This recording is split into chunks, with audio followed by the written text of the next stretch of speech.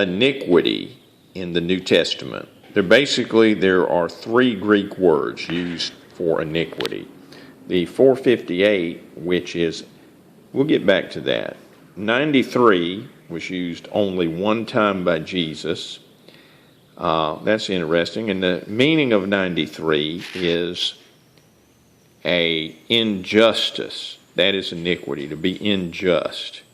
Now, 458 was mentioned, that was 4 times used by Jesus in the New Testament. So it's 4 times more important, or 4 times more usage.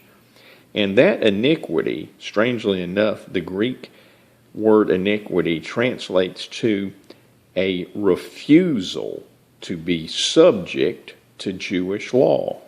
Now this could shake the church to its roots, because whenever preachers teach on iniquity, they use the 93, which is injustice. They completely ignore that Jesus said iniquity was a refusal to be subject to Jewish law. There's also another Greek word used, and it was used one time for iniquity, and it means being opposed to the law, which was Jewish law.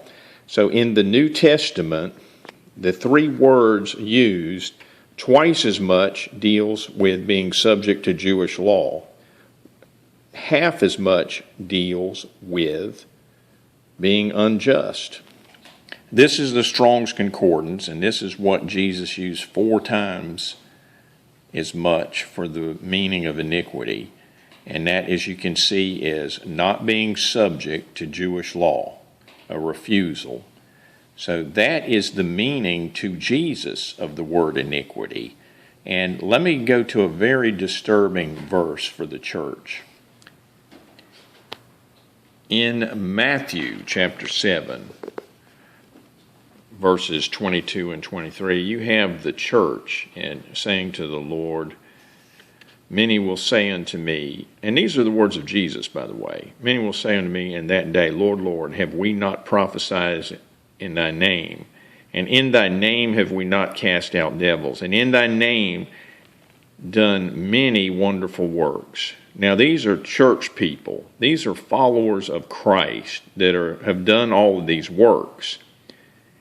And then I will profess unto them, I never knew you. Depart from me, ye that work iniquity. Now that verse has bothered me for a very long time, because, why? This is just, I couldn't figure out how the church could be rebuked and sent away by Jesus until I discovered iniquity. The meaning and what Jesus spoke of himself for the meaning of iniquity was a refusal to be subject to Jewish law. And the Jewish law that Jesus has spoken of is the basic law of the 10 Commandments.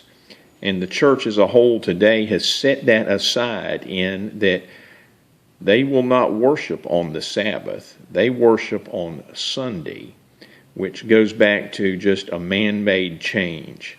And Jesus' response, according to this, is that I never knew you. This should be very concerning to Christians. Now, I'm not putting this out there to condemn anyone. I'm simply putting this out there to get people to go into their Strong's Concordance and do their own research and settle this between yourself and God. Don't look to tradition. Look to the words of Jesus for your answers. Jesus will never fail you.